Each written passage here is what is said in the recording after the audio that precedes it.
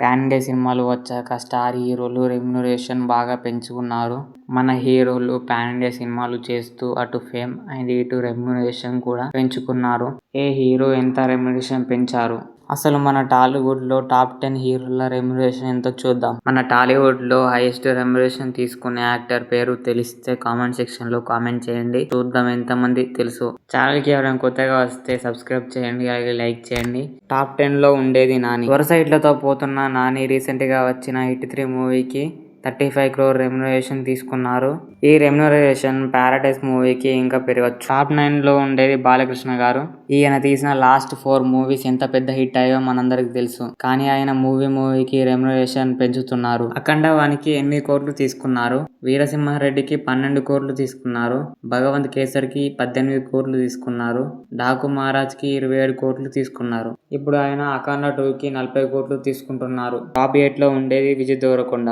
వరుస ఫ్లాపులతో ఉన్న Vijay Devarakonda but remuneration విషయంలో తగ్గేదిలే అంటున్నాడు. విజయ్ దేవరకొండ రెమ్యునరేషన్ వచ్చేసి 45 కోట్లు ప్రతి సినిమాకి. టాప్ 7 లో ఉండేది చిరంజీవి గారు. ఈయనకి వాల్తేరు వీరయ్య తర్వాత మంచి హిట్ అయితే పడలేదు. రాబోయే మూవీతో హిట్ కొడతారని చూద్దాం. చిరంజీవి గారు ఆయన ప్రతి సినిమాకి 70 కోట్ల రెమ్యునరేషన్ తీసుకుంటారు. టాప్ 6 లో ఉండేది పవన్ కళ్యాణ్ గారు. రీసెంట్ గా వచ్చిన భారీ బడ్జెట్ అయినటువంటి హరిహర వీరమల్లుతో హిట్ కొట్టాడు. పవన్ కళ్యాణ్ గారు తన ప్రతి సినిమాకి 80 కోట్ల రెమ్యునరేషన్ తీసుకుంటారు. టాప్ 5 లో ఉండేది మహేష్ బాబు గారు. ఈయన ప్రస్తుతం SSMB 29తో బిజీగా ఉన్నారు. ఈయన లాస్ట్ సినిమా గుంటూరు కారంకి 100 కోట్ల రెమ్యునరేషన్ తీసుకున్నారు. SSMB 29కి ఎంత తీసుకుంటారో కామెంట్ చేయండి. టాప్ 4 లో ఉండేది రామ్ చరణ్ గారు. రామ్ చరణ్ గారు త్రిబుల్ R తర్వాత గేమ్ చేంజర్ మూవీ చేశారు. కానీ మూవీ ఫ్లాప్ అయింది. ప్రస్తుతం ఈయన పెద్ద మూవీతో బిజీగా ఉన్నారు. రామ్ చరణ్ గారు ఆయన ప్రతి సినిమాకి 100 నుండి 150 కోట్ల వరకు రెమ్యునరేషన్ తీసుకుంటారు. టాప్ 3 లో ఉండేది జూనియర్ NTR గారు. త్రిబుల్ R తర్వాత దేవర మూవీ చేశారు. ఈ మూవీ బ్లాక్ బస్టర్ అయింది. ప్రస్తుతం డ్రాగన్ మూవీలో బిజీగా ఉన్నారు.